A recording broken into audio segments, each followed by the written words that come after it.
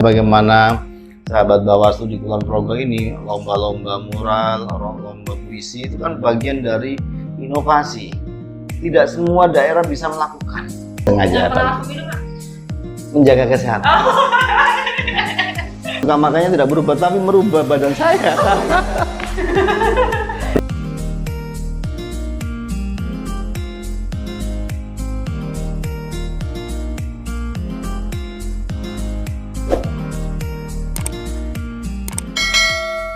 Halo sahabat Bawaslu, Assalamualaikum warahmatullahi wabarakatuh. Bertemu lagi dengan kami Bawaslu Kabupaten Kulon Progo di channel YouTube kami. Kali ini dalam konten di balik pemilu. Kalau teman-teman sahabat Bawaslu mungkin sering menyaksikan atau mengikuti konten di balik pemilu, mungkin selama ini hostnya bukan saya, tapi kali ini karena bintang tamunya sangat-sangat spesial. Jadi untuk host saya ambil alih karena kita kedatangan bintang tamu yang datang jauh-jauh dari Jakarta. Kita sambut the one and only Bapak Muhammad Afifuddin STHI MSI. Tepuk tangan buat yang di sini mungkin. Nah, oke. Selamat siang Bapak Afif. Siang Mbak, ya alhamdulillah. Semoga selalu sehat Pak Afif. Amin, Semoga amin, amin. Pak Afif dan keluarga dan seluruh jajaran pengawas pemilu kita sehat selalu. Harus sehat. Kondisi sedang seperti ini ya Pak Afif. Ya. Mungkin Pak Afif ini baru pertama kali atau sudah pernah di Kulon Progo? Kayaknya baru pertama kali ke Kulon Progo ya, apalagi ke kantor Bawaslunya baru pertama ini. Menurut saya kantor ini satu di antara kantor yang representatif lah ya untuk kabupaten kota karena besar dan asri lah, yang nggak panas lah, banyak ruang yang bisa dipakai untuk sejumlah aktivitas, luas lah, enak lah. Oke, sahabat Bawaslu, kalau selama ini mungkin kita sering melihat Pak Afif berwarawiri di media, di televisi ataupun mungkin di koran, beliau menyampaikan sosialisasi, regulasi, memang harus disampaikan, tapi mungkin untuk khusus di konten di balik pemilu ini kita sedikit, boleh ya, kita sedikit mengulik kehidupan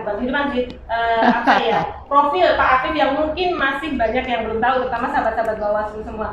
Mungkin sedikit Pak Afif yang bisa diceritakan, sebetulnya pertama kali Pak Afif menyukai dunia kepemiluan itu mulai dari kapan sih Pak Afif? Jadi ketika saya kuliah semester 1 atau 2 di tahun 99 itu ya diajak kawan-kawan untuk melakukan pemantauan TPS waktu itu, dan kebetulan memang saat itu banyak sekali organisasi masyarakat sipil yang memantau transisi pemilu dari zaman Orde Baru ke Orde Reformasi. Nah, saya bergabung dengan jaringan pendidikan pemilu untuk rakyat, salah satu LSM pemantau pemilu. Jadi pengalaman kepemiluan itu dimulai sejak melakukan pemantauan di TPS. Oh, itu tahun berapa Pak? 99. Tapi itu di pemantau pemilu ya? Ya. Kalau untuk penyelenggara pemilu sendiri? Ya, sejak di Bawaslu ini saya nggak pernah menjadi penyelenggara sebelumnya, hanya pemantau. Nah, setelah itu tahun 2017 ya, berarti di Bawaslu alhamdulillah mencoba peruntungan dan beruntung. Alhamdulillah, berarti ini baru pertama kali menjadi penyelenggara pemilu dan langsung menjadi Bawaslu Republik Indonesia. Alhamdulillah ya. Yang kenapa sih Pak penyelenggara pemilu kan sebetulnya tidak hanya Bawaslu? Kenapa yang dipilih Bawaslu? Ya, sebenarnya itu juga pilihan last minute ya, di akhir-akhir. Awal-awal saya berpikiran untuk ke penyelenggara pemilu yang lain, tapi di akhir saya berpikir untuk ke Bawaslu, mungkin karena senyawa pemantauan dan seterusnya itu memang akan sangat dekat dengan Bawaslu. Dan kalau kita lihat Undang-Undang 7 desain pertama bagaimana akreditasi pemantauan dan hal-hal yang terkait pemantauan itu untuk pertama kalinya diberikan kewenangan itu di Bawaslu. Baru untuk pilkada ini kembali ke aturan yang sebelumnya, yaitu tetap di KPU. Jadi 2019 untuk pertama kalinya pemantau pemilu itu diakreditasi dan diurusi lah oleh Bawaslu. Kemudian Pak Afif, ketika menjadi Bawaslu Republik Indonesia pasti banyak yang berubah mungkin ya, dari yang sebelumnya ya mungkin walaupun sudah wirawiri, sebelumnya Pak Afif ini dosen juga Pak. Tapi ketika menjadi Bawaslu Republik Indonesia pasti ada yang berubah. Apa sih Pak hal yang paling berubah dalam kehidupannya Pak Afif setelah menjadi anggota Bawaslu? Saya tidak merasa banyak yang berubah kecuali aktivitas ya, maksudnya kegiatan dan seterusnya. Kalau pulang malam karena pekerjaan mungkin dari dulu, tapi kalau beban aktivitas karena kita harus mensupervisi, melakukan kerja-kerja di bawah bersama jajaran provinsi kabupaten, memang frekuensinya luar biasa, loadnya tinggi sekali. Dan itu kalau dulu biasanya keluarga kita, anak istri kita bertanya pulang jam berapa, setelah di Bawaslu pertanyaannya berubah, pulang apa enggak? Jadi sudah biasa kita untuk, jadi nggak kaget gitu kemudian mendadak kita tidak pulang ya, karena memang aktivitas yang menuntut kita untuk kerja keras. Tapi dari keluarga sendiri tadi disampaikan Pak Afif kan sekarang masih berubah ya secara waktu. Ada yang protes mungkin dari istri atau enggak. Kalau putra-putri saya kebetulan masih ada yang kelas 1, satunya sekarang sedang di SMP. Itu kalau saya di rumah agak lama, mereka malah nanya, ayah nggak kerja gitu. Oh gitu. Nggak bisa, nanti nggak dapat uang gitu. Jadi mereka malah ya sudah terbiasa, sudah beradaptasi dengan jarang ketemu, meskipun kalau ketemu kita akan usahakan memaknai perjumpaan itu dengan kegiatan yang berkualitas, mengajak mereka bermain dan seterusnya. Tapi berarti tidak ada protes gitu dari keluarga ini? Tidak ada. Oke, Pak, kalau misalnya kita berbicara tentang penyelenggara pemilu, khususnya pengawas pemilu, menurut Pak Afif sendiri, saat ini pengawas pemilu dari jajaran RI sampai TPS nih Pak, sudah ideal belum? Artinya apakah secara tugas, kemudian jumlah mungkin, kewenangan, apakah sudah ideal menurut Pak? Sebenarnya tergantung kita melihat. Paling beban yang sementara kita rasakan ya, ketika proses-proses pencocokan penelitian, DPT, verifikasi faktual dukungan calon perseorangan dalam konteks pilkada, itu mungkin jumlah yang dibawa itu tidak sama dengan jumlah timnya teman-teman KPU. Jadi pengawas kelurahan desa menjadi jajaran paling bawah yang punya beban tinggi, dan saya kira dampak dari itu sebenarnya kalau kemudian kita tambah itu berimplikasi kepada anggaran dan seterusnya.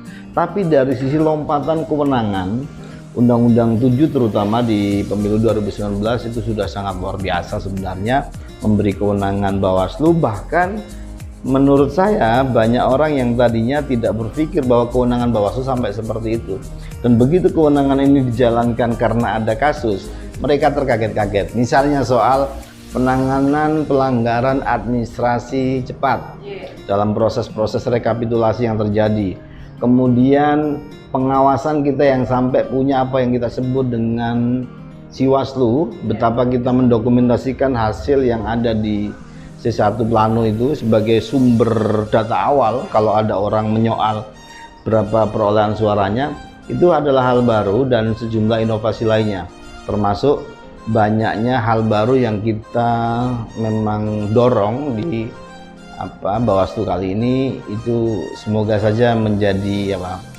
angin baik lah buat kebaikan Bawaslu. Berarti lebih jumlah, kalau jumlah ya walaupun secara ini nanti di anggaran sih pengaruhnya, tapi terutama untuk pengawas TPS mungkin atau pengawas desa ya Pak ya yang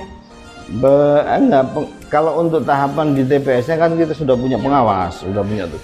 Hanya ini jajaran yang katakanlah ad hoc untuk verifikasi yang tatap muka, itu aja yang kurang menurut saya. Kalau dari sisi yang lain cukuplah, pengawas TPS ada, dan kita sudah coba di pemilu kemarin, di pilkada juga. Kalau ini Pak, mungkin di Pulau Progo atau mungkin terjadi juga di kabupaten atau provinsi yang lain, orang itu kalau mau daftar penyelenggara pemilu, terutama pengawas pemilu ya Pak, itu kayak ketakutan, terutama di Pulau Progo ya, mungkin di yang lain juga.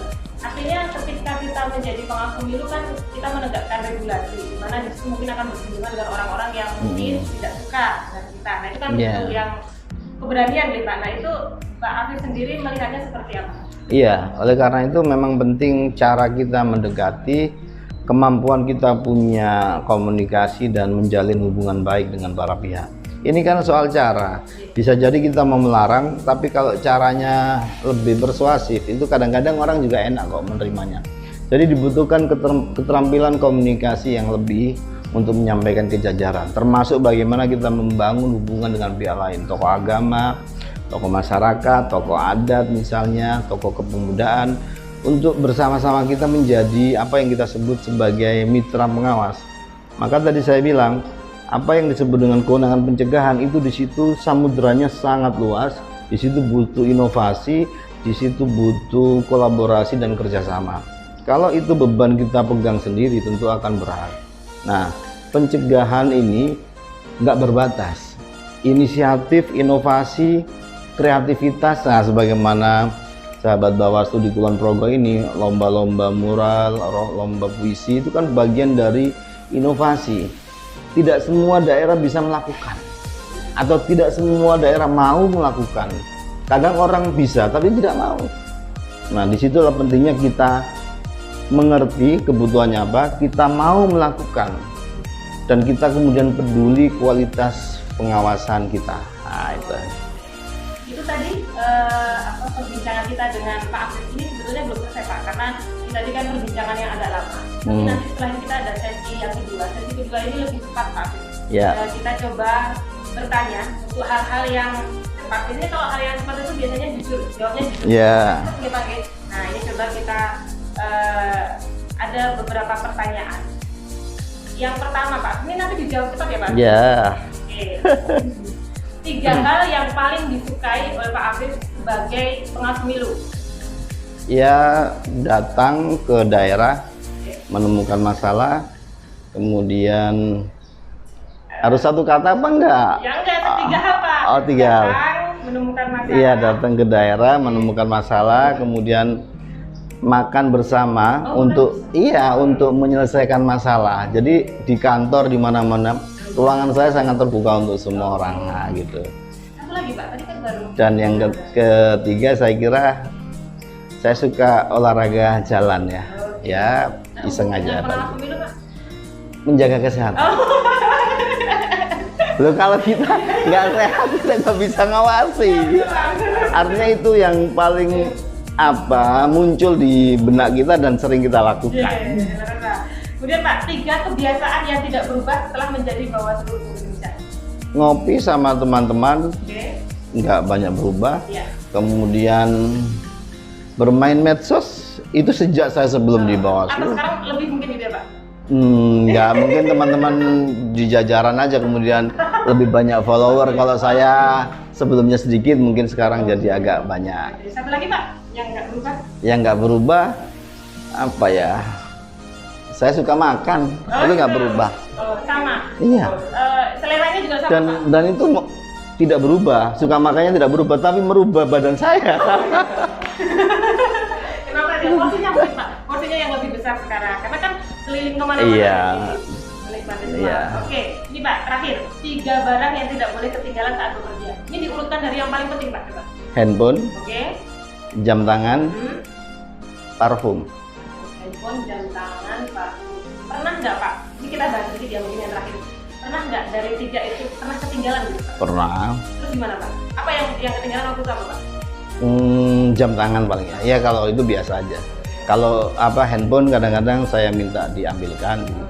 Tapi sebenarnya jam tangan itu masih bisa diganti dengan handphone kan? Iya, cuman kan kalau kita udah biasa lihat begini nggak pakai pasti begini-begini terus. Gitu. Oke. Terakhir Pak, ini untuk yang sesi terakhir ya. Sesi terakhir dengan segmennya sebut satu kata gitu ya.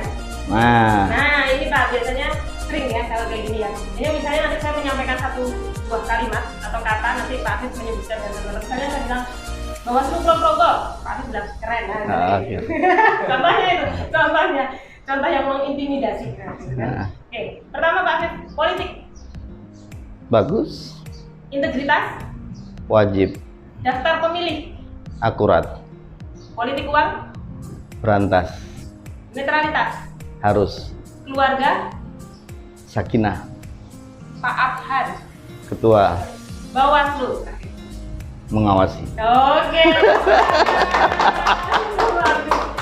Itu tadi ya, berarti Bawaslu mengawasi. Nah ini mungkin untuk semua jajaran pengawas pemilu se-Indonesia juga. Ini juga banyak tadi pesan-pesan yang bisa diambil dari apa yang disampaikan Pak Afif. Semoga apa yang disampaikan Pak Afif dapat bermanfaat untuk seluruh jajaran pengawas pemilu maupun masyarakat yang menonton channel YouTube Bawaslu Kulon Progo. Terima kasih Pak Afif. Sama-sama. Semoga nanti kesempatan lain Pak Afif bisa mampir kembali dan untuk seluruh sahabat Bawaslu sampai ketemu di episode berikutnya. Oke, terakhir mungkin kita bersama rakyat itu ya Pak ya. Oke. Oke, sahabat Bawaslu, kita bertemu lagi di episode yang selanjutnya masih di konten di balik pemilu. Dan dari saya cukup sekian, tidak banyak salah, mohon maaf. Assalamualaikum warahmatullahi wabarakatuh. Waalaikumsalam. Bersama rakyat awasi pemilu, bersama Bawaslu tegakkan keadilan pemilu.